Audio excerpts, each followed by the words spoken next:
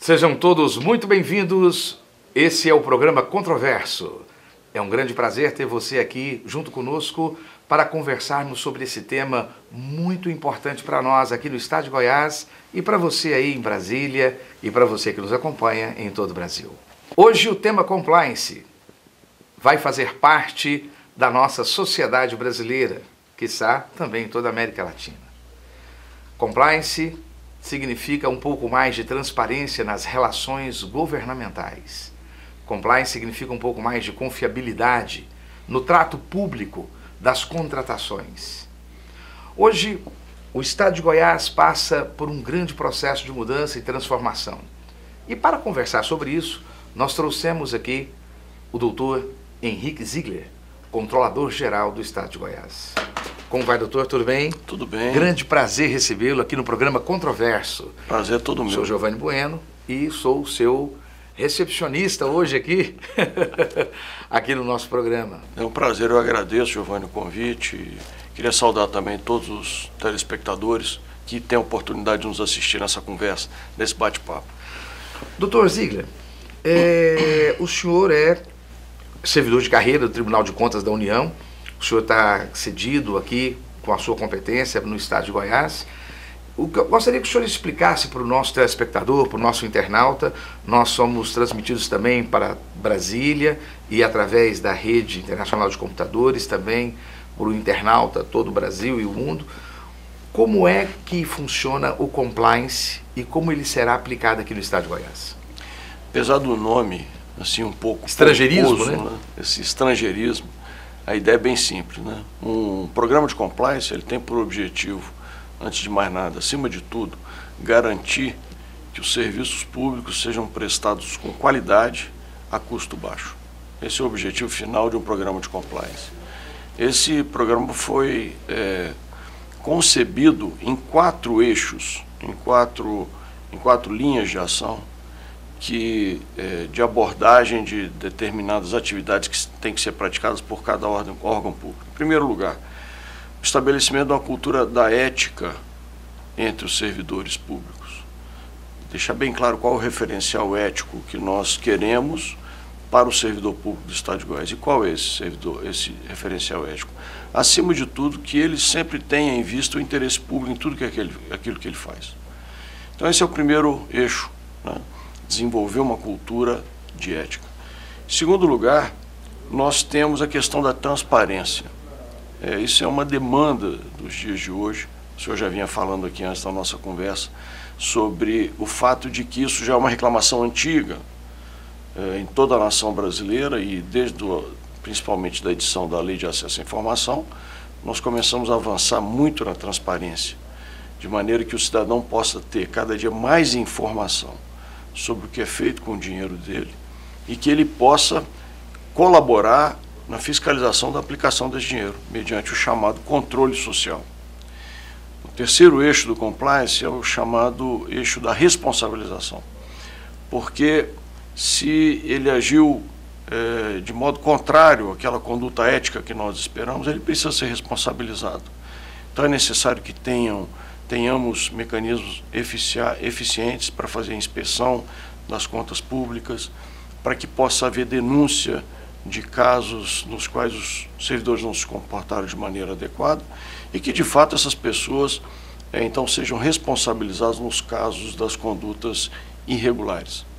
E o quarto eixo é mais um nome complicado, mas também de uma atividade simples, que é a chamada gestão de riscos. Por meio da gestão de risco, nós qualificamos toda a gestão pública. Como que isso é feito?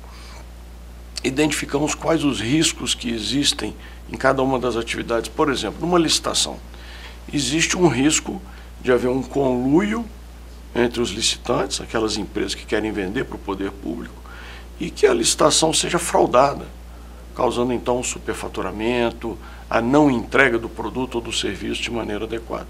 A gestão de risco, ela identifica esse risco, ela procura identificar também as causas que podem levar a esse risco se materializar, e ela trata cada uma dessas causas.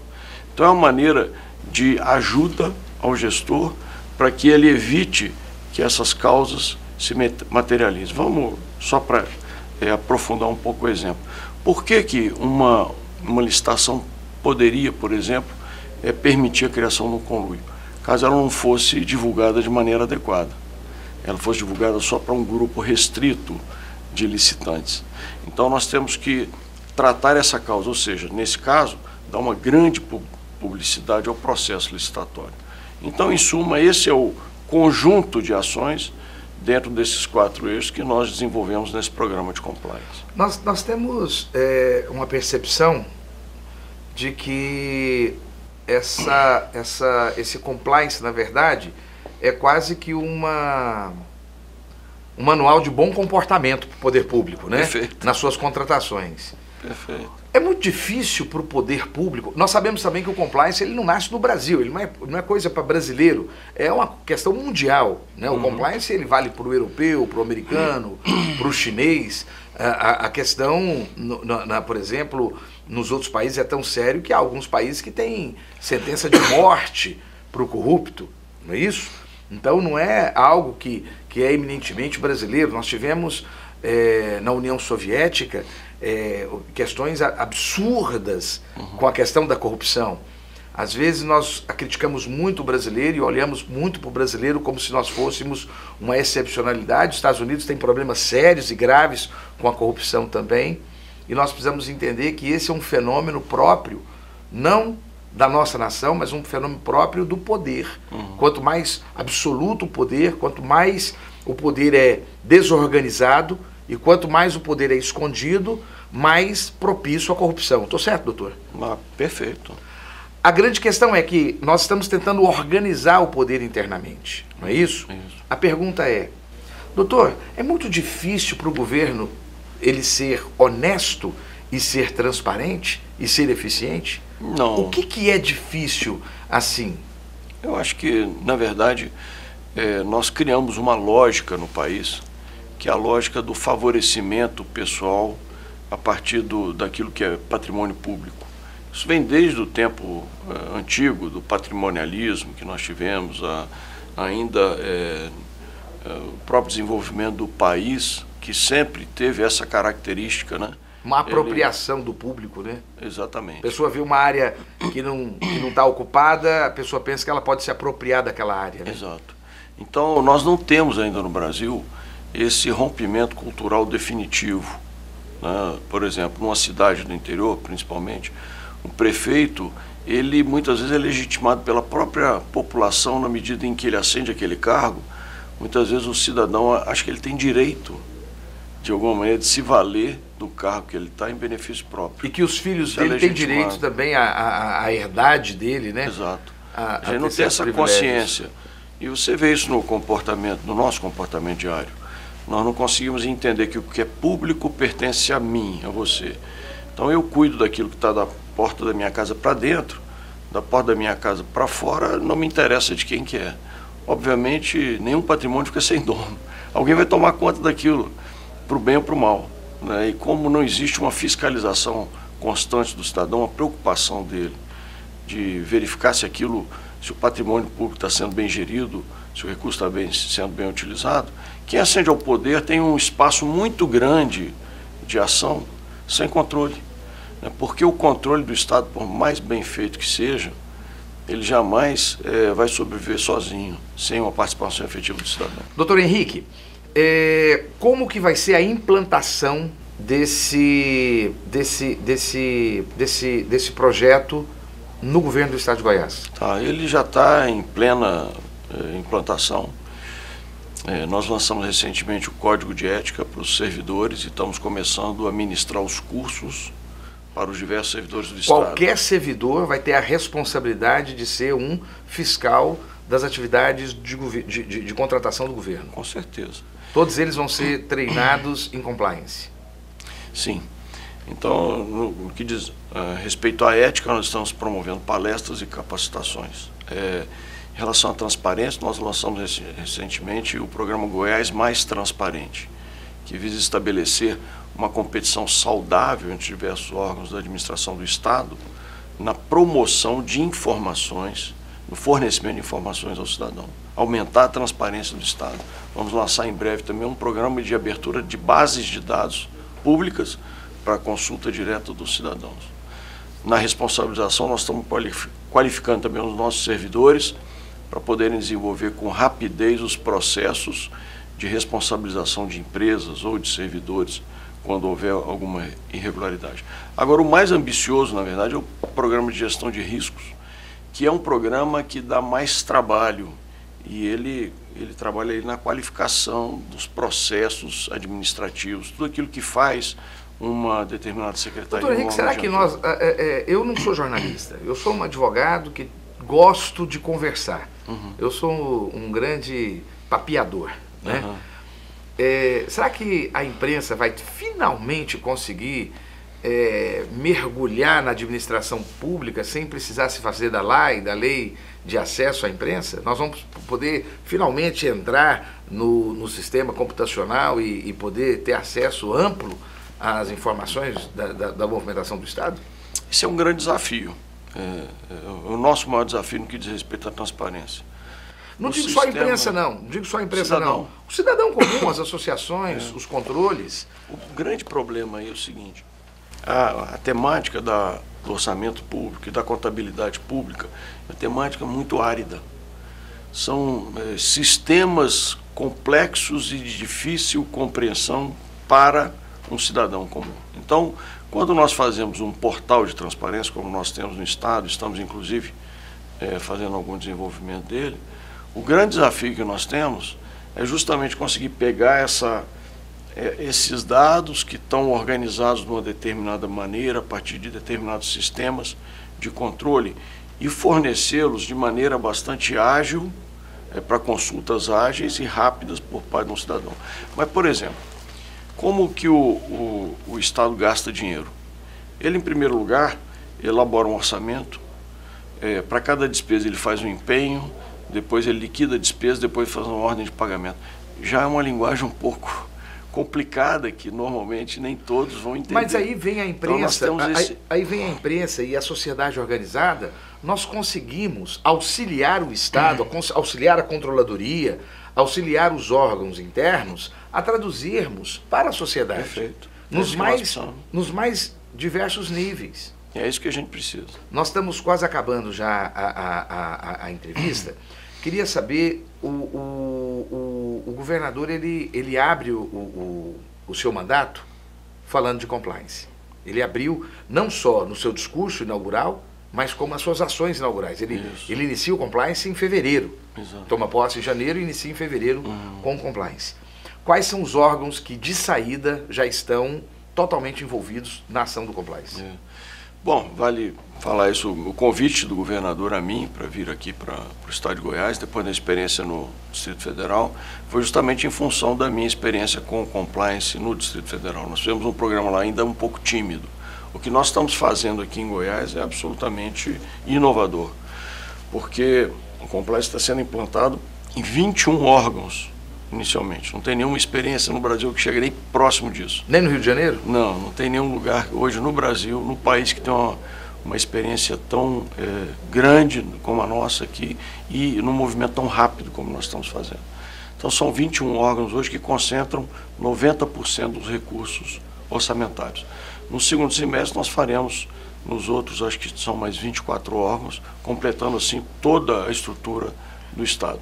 Mas é como você falou, é justamente uma orientação desde a campanha do governador Ronaldo Caiado até o início do governo e até agora, ele sempre colocando isso como um elemento essencial, fundamental, para que a gente possa ter um Estado voltado para atender a necessidade do cidadão. Esse é o maior objetivo do governo hoje. Doutor Henrique Ziegler, conte com o programa Controverso, conte com a minha pessoa, Giovanni Bueno, conte com a Fonte TV, Canal 5. Eu sou um entusiasta. Nós, quando eu era conselheiro da Ordem dos Advogados do Brasil, quando eu fui secretário de Indústria e Comércio em Goiânia, eu comentei isso com o senhor antes, eu aguardo empolgadamente o sucesso desse seu intento. Nós estamos torcendo aí junto com o governador Estou torcendo com o presidente Jair Bolsonaro, que também está tentando implantar aí no Brasil, e acredito que esse é o caminho para todos nós, viu? No segundo semestre, queria já o compromisso do senhor de estar aqui trazendo os resultados aí desses 6 meses e a implantação dos outros 24 órgãos. Está feito o compromisso, eu agradeço muito essa oportunidade, um abraço a todos os nossos telespectadores, aqueles que, para que a gente pôde falar um pouquinho hoje sobre esse tema tão interessante, desafiador. No próximo semestre eu vou trazer para o senhor um bloco inteiro para poder trazer os resultados aí do nosso compliance. Ótimo, ótimo. Isso é fundamental. Um grande abraço. Muito obrigado. Eu que agradeço. Próximo bloco, vamos discutir um pouco mais sobre os efeitos desse compliance no compliance público, nas empresas, nas OSs. O presidente do Conselho Regional de Contabilidade sobre como que os contadores estão se preparando para isso. Fique conosco, muita coisa boa aí. Em Goiânia, desde 2010, a Capital Mídias é hoje uma das maiores empresas de mídia exterior de Goiás e, por ser a mais completa do segmento, é a única que oferece 4 mídias: painel de LED, painéis iluminados, outdoor e painel rodoviário. Por 4 anos seguidos, a Capital Mídias ganhou o prêmio Os Mais Influentes da Comunicação de Goiás e se tornou referência quando o assunto é mídia exterior. Capital Mídias, a gente anuncia, você vende. E dando sequência ao programa controverso sobre compliance, nós convidamos o presidente do Conselho Regional de Contabilidade, o contador Rangel Francisco. Tudo bom, Rangel? Como é que você está? Tudo bem. Prazer ter você aqui no programa controverso. Prazer todo nosso. É sempre bom falar de compliance. Esse tema é bom, não é? Esse tema é bom, tá na moda agora. Tudo hoje conspira em cima do compliance, todas as contabilidades, a advocacia. Hoje é um tema que atrai muita gente. Rangel, você está há quanto tempo dentro dessa atividade profissional de contabilidade? Já há 20 anos, né? A gente estava conversando aqui antes, em off, né, que esse compliance é a nossa antiga conformidade, né, que nós aplicávamos nas empresas públicas e também nas atividades privadas também.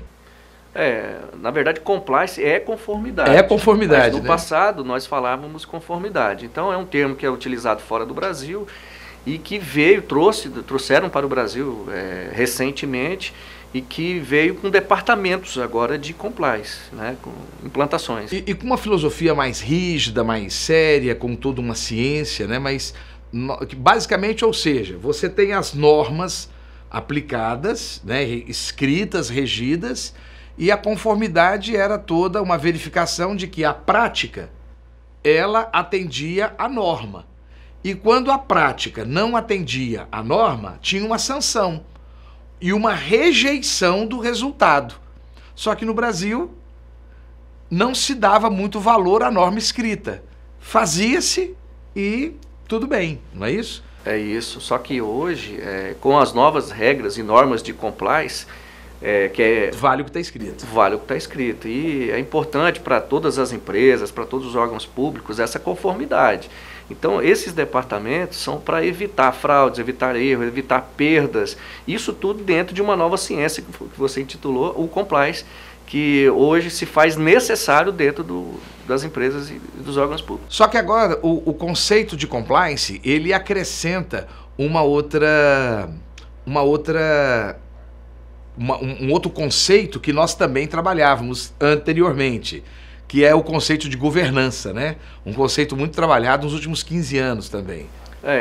Governança teve a fase dela, né? Vamos dizer assim, agora é o compliance. Então, mas a gestão do compliance é quase o mesmo do que a governança. Então, mistura a conformidade da década de 90 com a governança hoje. Da virada do milênio, né? Exatamente. Aí gerou o compliance agora que nós estamos trabalhando. Exatamente. E hoje nós temos bons profissionais, principalmente no estado de Goiás, que tratam do tema compliance. Bom, agora vamos começar então analisando primeiro sobre a importância do contador, e é por isso que eu lhe convidei para estar aqui nesse momento da implantação do compliance. Qual é a importância do contador e qual é essa visão estratégica do contador agora para as empresas? Bom, o compliance ele nasce dentro dos departamentos contábeis, né? O contador ele deixou... Está puxando a sardinha para o seu prato, não? Eu vou explicar melhor. Então, A contabilidade, ela lida com a parte fiscal, a parte tributária, a parte de recursos humanos, a parte de as normas contábeis em si, né? Então, o compliance, ele lida com tudo isso, controles internos. Então, o contador deixou de fazer aquela contabilidade do passado para ajudar a gestão. Ou seja, no momento em que a norma tem que ser cumprida, o contador tem que ser mais respeitado. Tem que ser porque mais antigamente também consultado. E consultado, porque antigamente tinha aquela questão também do contador que era só uma figura só de composição quase fictícia, né? Para quem não é sério, para quem não era sério. Contabilizávamos o passado, saímos desse e passamos a ser protagonistas, né? Hoje se fala em compliance de tudo. Hoje, para redução, planejamentos tributários, redução de tributos, eu preciso fazer um compliance tributário. Quem é o profissional mais habilitado? É o contador. Hoje em dia nós temos o E-Social, que o governo criou, que é para acabar com o jeitinho brasileiro. O E-Social gera multas. Quem que vai cuidar dessa parte? É o compliance. O contador entende bem disso. Por isso que eu disse, o contador, ele entende bem de todas as áreas do compliance. É o profissional completo para estar trabalhando dentro desse departamento. Surge um problema para o contador. E aí surge um problema que o Conselho Regional de Contabilidade, o presidente está aqui para falar um pouco sobre isso, que o contador, então, ele passa a ser corresponsável com o gestor da empresa. O senhor quer falar um pouco sobre isso? Claro. Hoje nós temos o nosso sigilo profissional, mas além do sigilo tem a questão do dolo, né? Muitos empresários procuram os contadores para tomar decisão e respeitam os contadores. Então, dependendo da orientação do contador para o empresário, se ele for partícipe de uma sonegação ou alguma coisa, ele pode ser punido, porque ele fez a orientação para o empresário fazer isso. Hoje nós temos a Lei da Solidariedade do Estado de Goiás, ao qual o Conselho de Contabilidade está trabalhando para derrubar essa lei. Nós entendemos que ela é inconstitucional, mas ela existe, e o Código Civil também prevê punição para os contadores e seus auxiliares, desde que ele tenha o dolo. O contador, ele sabe tudo que passa pela empresa, né? Ainda mais agora com essas novas regras de compliance. Ele está mais inserido dentro da gestão da empresa, mas ele tem que tomar cuidado, dependendo da decisão que ele tomar juntamente com o empresário, ele pode ser penalizado. O senhor está agora numa situação delicada, porque o senhor toma frente não só no momento em que o governo do estado ele monta essa implantação do compliance público, né? Mas o senhor também promove o compliance institucional dentro do CRC. Como é que está funcionando essa instalação do compliance do CRC e como é que funcionou e está funcionando essa instituição da comissão interna de compliance? Como é que está funcionando? O Conselho de Contabilidade veio para dar o exemplo e já criamos uma comissão do compliance dentro da nossa instituição. Como que chama essa comissão? É Comissão de Compliance e Governança, salvo engano, eu acho que é isso. Nós convidamos a Denise para presidir essa comissão, então a gente vai dar o exemplo. Dentro da nossa casa, para evitar erros, para otimizar procedimentos. Ela vai servir de referencial para os contadores do que eles devem fazer, no caso, dentro de empresas públicas e etc? Sim, vai ser um referencial não só para os contadores, mas para todas as empresas e também para os órgãos públicos. Vamos oferecer para o Estado, caso ele queira fazer a implantação por agora, uma orientação, uma ajuda para a implantação do compliance dentro do Estado, dentro da Prefeitura, dentro dos órgãos públicos, das entidades do terceiro setor, já que nós somos uma autarquia pública federal, o Conselho de Contabilidade, não visamos lucro, então estamos no terceiro setor, e para dar o exemplo, essa nossa comissão, para mostrar para os contadores também, para os contadores indicarem para os seus clientes, as suas empresas, esse departamento que é tão importante para as empresas. Doutor, deixa eu lhe perguntar algo. O que o senhor espera que venha acontecer a longo prazo dessa relação entre a implantação do compliance com as empresas no estado de Goiás? Bom, no Brasil a gente tem uma cultura, o empresário tem uma cultura... Deixa eu ficar mais claro. Sim. O senhor acha que nós vamos efetivamente conseguir implantar? Tem recursos para isso? O senhor acha que o empresário vai conseguir estabelecer? Tem recursos financeiros, inclusive, para isso? Eu acredito que sim, mas vai levar um tempo. As empresas maiores terão mais facilidade. Empresa grande que tem um compliance, teoricamente, ela é uma empresa mais séria, uma empresa com menos corrupção, que aconteceu com a Petrobras. A Petrobras foi ao fundo do poço, criou um departamento de compliance para mostrar que não, agora nós somos mais transparentes.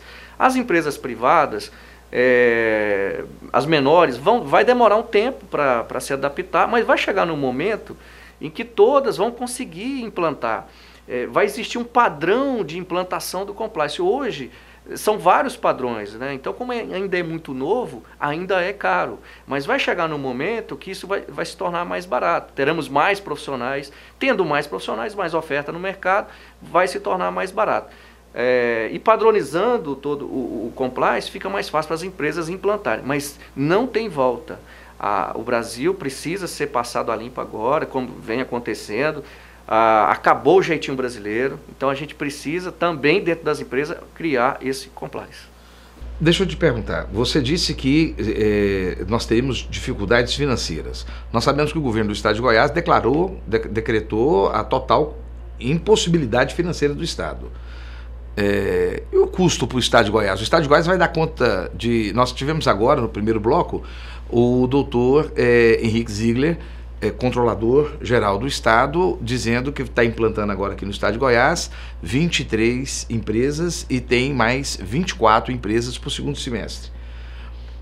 O custo, eu imagino, para empresas estatais aqui em Goiás deve ser altíssimo. Acredito que muito forte para o governo do estado.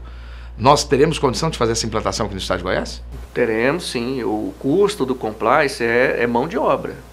E o estado, ele tem uma contabilidade forte hoje, o contador lá é o Ricardo, a prefeitura de Goiânia também tem, o contador Jânio.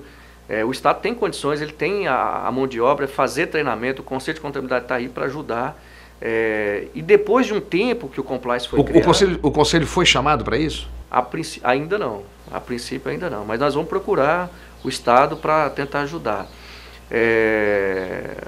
Então o custo é de mão de obra. O estado, ele depois de um tempo de implantação, ele vai passar a ter redução de procedimentos, de custos, né? Então a gente fala de um compliance também, um compliance de custos, também para o estado. Então a médio prazo, ele pode ter uma redução de custos, que isso vai ser importante. E essa redução de custo paga o compliance. Nós tivemos aqui conosco o presidente do Conselho Regional de Contabilidade, Dr. Rangel Francisco. Dr. Rangel, agradeço muito a sua presença, gostaria desde já de convidá-lo para, no segundo semestre, o senhor estar aqui para nós fazermos uma avaliação da implantação do compliance aqui no estado de Goiás. Claro, será um prazer voltar aqui, eu que assisto o programa Controverso, eu sempre assisto.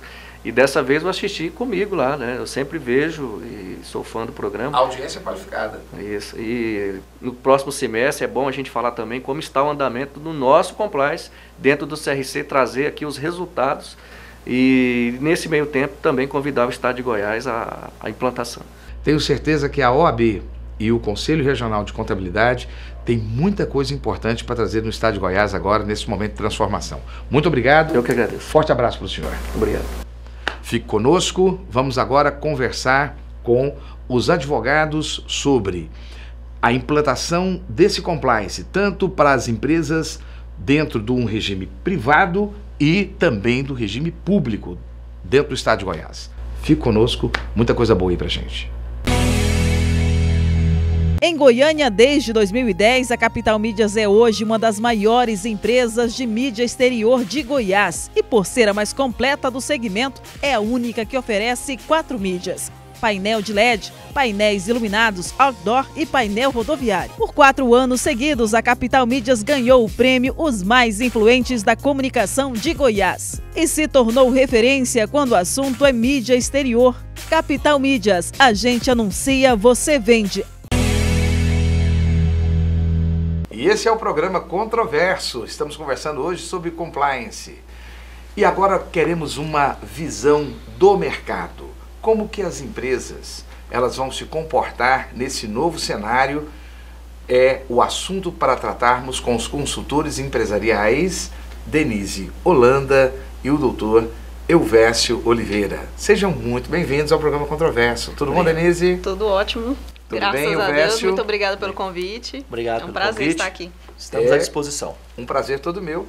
O doutor Rangel citou seu nome pessoalmente aqui no nosso segundo bloco, né? Sim. O presidente do CRC, dizendo que você foi convidada, junto com a sua equipe, a montar a comissão de implantação do sistema de compliance e governança do Conselho Regional de Contabilidade. Isso. Como é que funciona isso?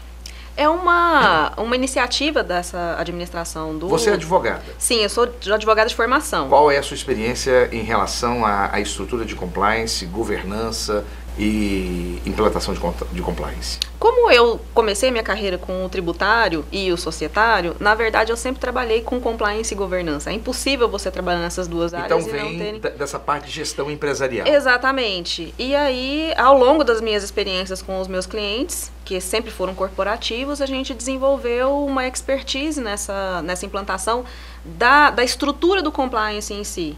Porque era muito solto e ainda hoje a gente tem uma dificuldade muito grande em definir o que é compliance, como implantar compliance, que é a maior dificuldade que o empresário tem hoje. A gente tem muita gente falando sobre compliance, mas ninguém sabe dizer na prática, primeiro, o que o empresário ganha com isso, porque para ele é custo. Qualquer valor que seja gasto fora do que ele já precisa no dia a dia dele é custo. E ninguém sabe dizer o que ele vai ganhar com isso e como vai fazer isso.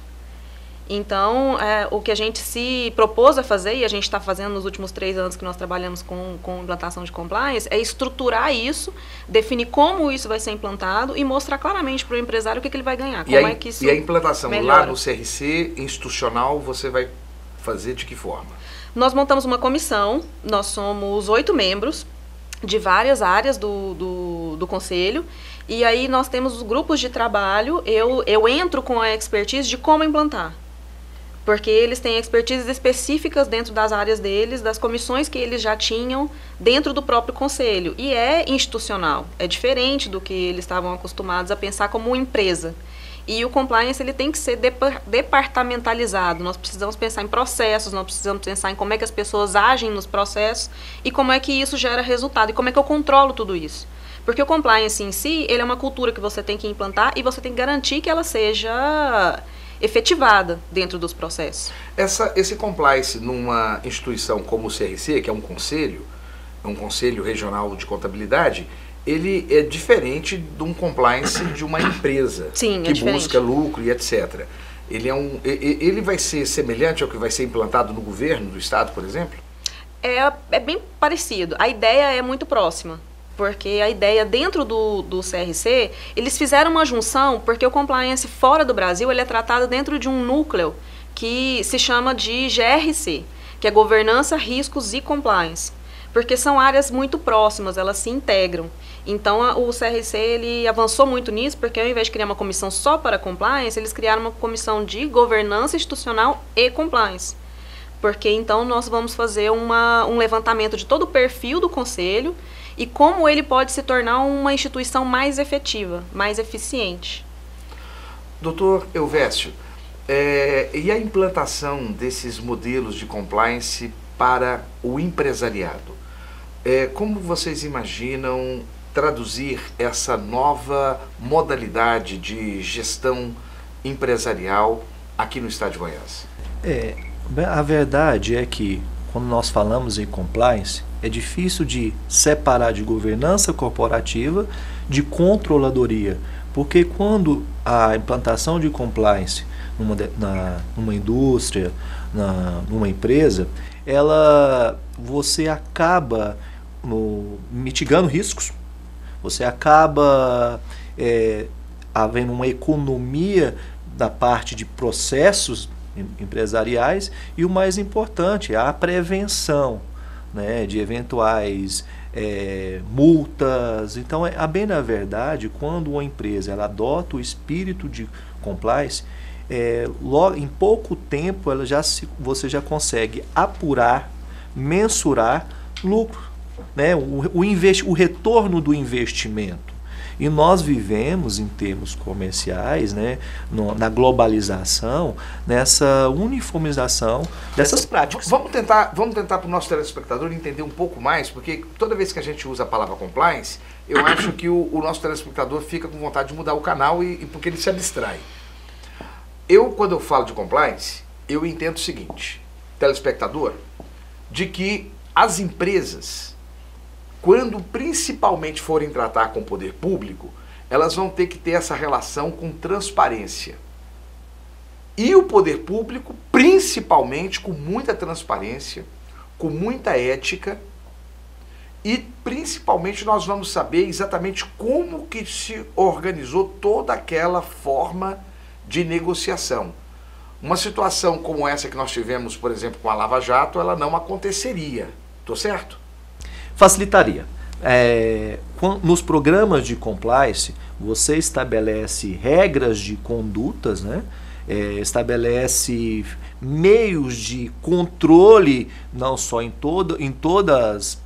meios de controle no processo produtivo da empresa, e isso é interessante que você passa a fiscalizar, porque não basta implantar um programa de compliance, mas tem que ser efetivo. Você tem que demonstrar a aplicabilidade disso.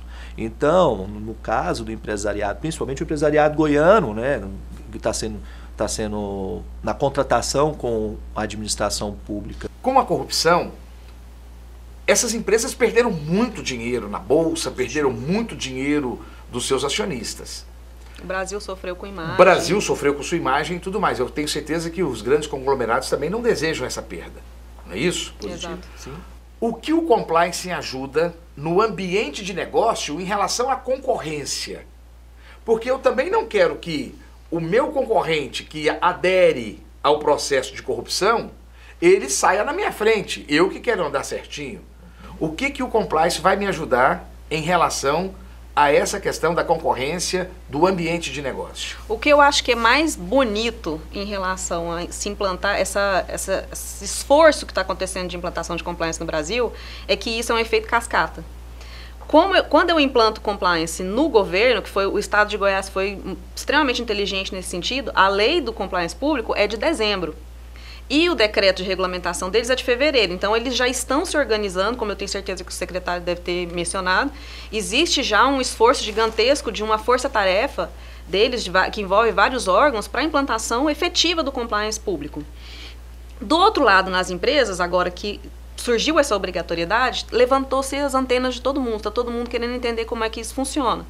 Se eu tenho, por exemplo, uma área hospitalar, que tem um contrato com o governo do estado, eles trabalham com o IPASGO, eles vão precisar implantar compliance. O que eles estão fazendo? Que eu acho extremamente positivo. Como é governança, riscos e compliance, isso trouxe para eles a ideia do seguinte: como é que funciona a minha empresa? Meu hospital, ele realmente é eficiente?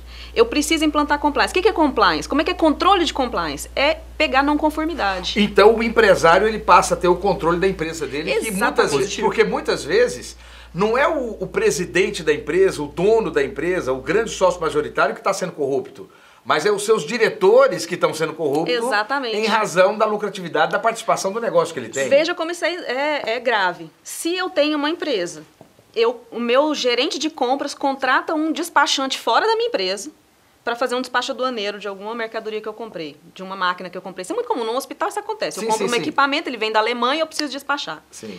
Se esse despachante que o meu gerente de compras, que eu talvez nem saiba quem é, for lá e pagar uma propina para liberar a máquina... Toda a minha empresa está contaminada. Eu, como CEO desse hospital, eu estou objetivamente responsabilizado. E às vezes eu estou despachando com o meu gerente por telefone, autorizando uma conversa que eu não tenho toda a tradução dela, mas numa ligação fechada, entende-se que eu estou dando autorização de um ato criminoso. Exatamente. Um ponto importante, Giovanni, nós temos que analisar que quando a gente fala em empresa, nós temos algo que é o mais valioso, a marca, o nome.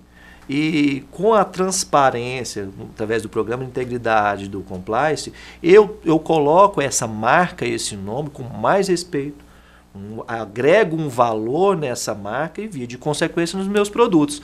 Então, os benefícios é palpável, é de imediato. E olha, nos contratos com a administração pública, esse compliance tem que ser efetivo, tem que demonstrar ser efetivo, sob pena de invalidade e multa.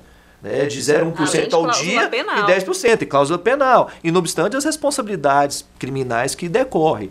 Então é interessante, quando nós falamos em termos empresariais, em compliance privado, é que os ganhos extrapolam meramente no simples cumprimento de regras. Nosso tempo já esgotou, mas eu tenho uma pergunta. Nós temos agora, com a assinatura do novo acordo do Mercosul com o Mercado Comum Europeu, nós temos agora uma baixa de aplicação de alíquotas de importação, que nos próximos 15 anos vai cair pela metade em 8 anos e vai cair a 0 nos próximos 15.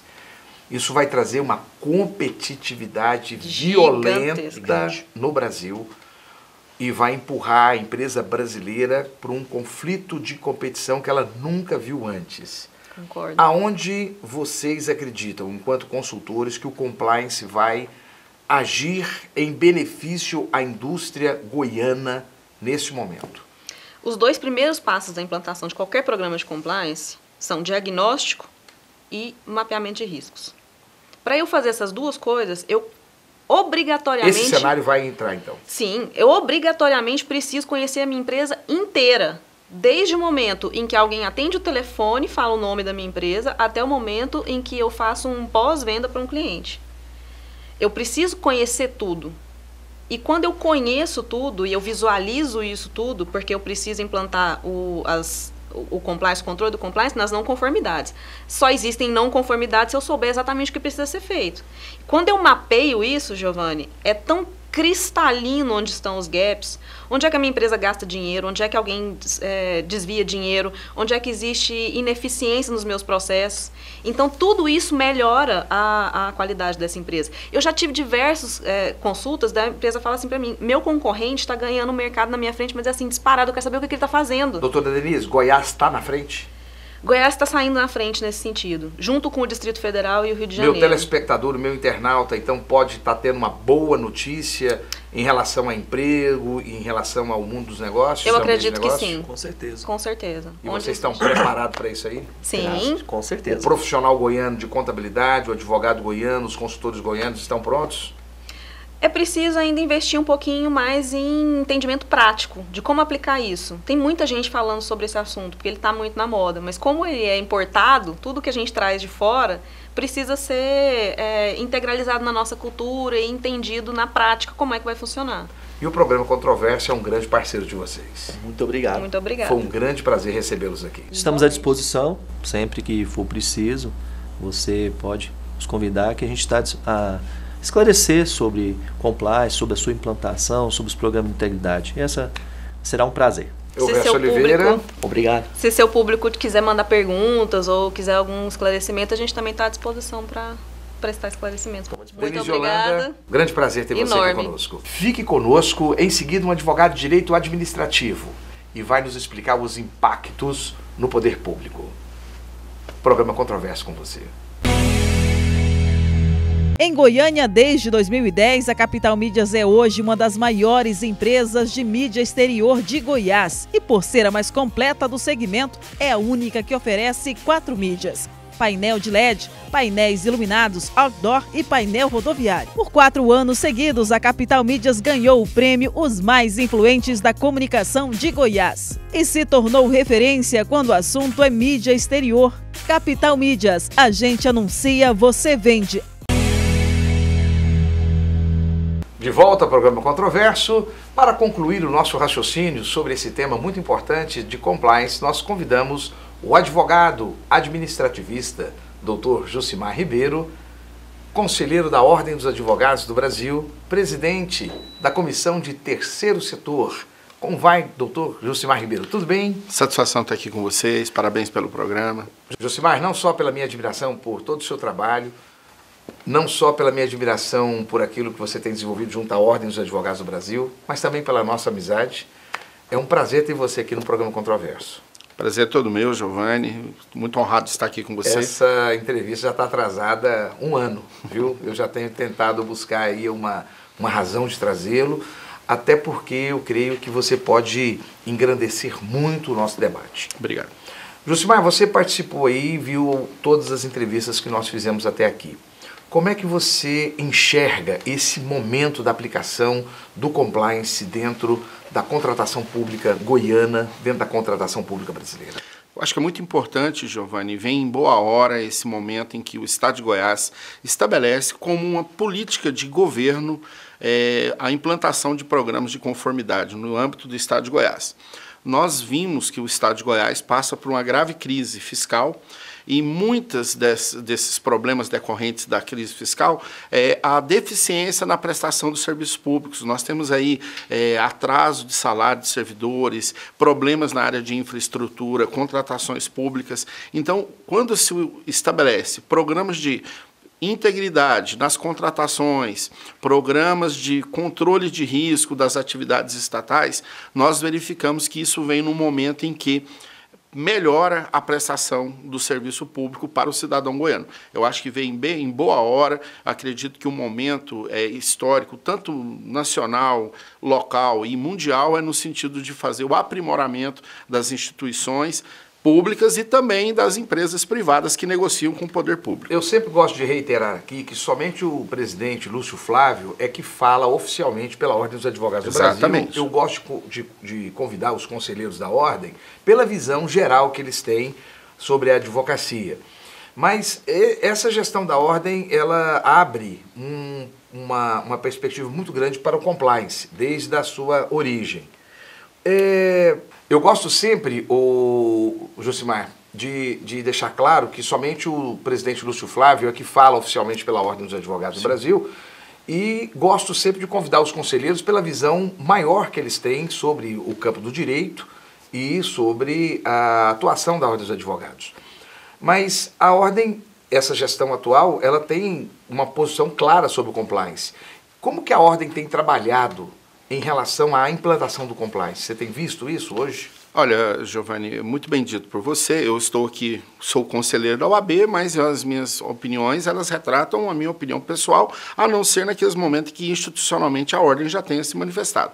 E essa situação de acompanhar a implantação dos programas de compliance, a Ordem já vem trabalhando tanto do ponto de vista profissional, interno enquanto instituição, integrante do sistema OAB, a Ordem venha melhorando seus processos, dando transparência nos seus processos de aquisição, a Escola Superior contratação. Da Advocacia tem feito cursos permanentes. Isso. E aí, isso na área interna, né? A OAB vem se aprimorando seus processos. E também, do ponto de vista acadêmico, a Escola Superior da Advocacia já há muito tempo vem debatendo a temática de compliance, programas de integridade. Nós já fizemos diversos cursos, fizemos várias palestras, lançamento de livros, várias atividades voltadas para esse segmento.